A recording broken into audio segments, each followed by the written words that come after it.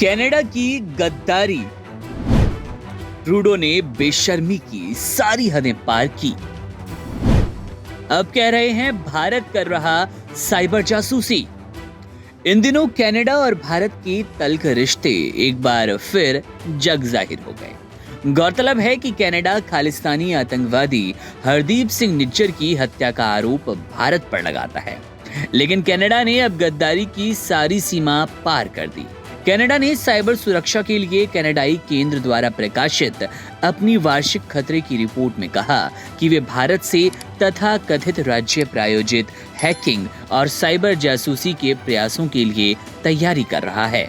Report में कहा गया कि हमारा मानना है कनाडा और भारत के बीच आधिकारिक द्विपक्षीय संबंधों के कारण कनाडा के खिलाफ भारत द्वारा प्रायोजित साइबर खतरे की गतिविधि को बढ़ावा मिलेगा।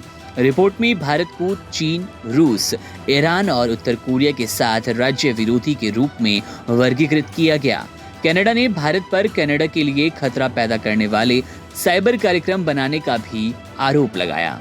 रिपोर्ट में आगे कहा गया कि ग्लोबल सिस्टम के भीतर नई शक्ति के केंद्र बनने की आकांक्षा रखने वाले देश जैसे कि भारत साइबर कार्यक्रम बना रहे हैं जो कनाडा के लिए अलग अलग स्तर पर खतरा पेश करते हैं।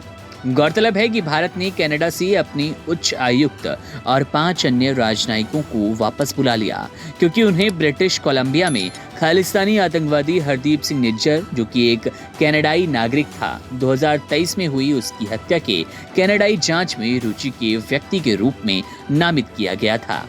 कनाडा के प्रधानमंत्री जस्टिन ट्रूडो द्वारा भारत पर निज्जर हत्याकांड की साजिश रचने के आरोप लगाए जाने के बाद भारत और कनाडा के बीच संबंध बिगड़ते चले गए। हालांकि कनाडा अपने दावों के समर्थन में ठोस सबूत नहीं दे पाया। इस तथ्य को खुद ट्रूडो ने कनाडाई विदेशी हस्तक्षेप आयोग की सुनवाई के दौरान स्वीकार किया। भारत ट्रूडो सरकार और उनके सहयोगियों द्वारा हिंसक खालिस्तानी अलगाववादियों को दी गई जगह के बारे में मुखर रहा। बुधवार की रिपोर्ट में ऐसा प्रतीत हुआ कि उसने उन्हें असंतुष्ट करार देकर उनका समर्थन किया।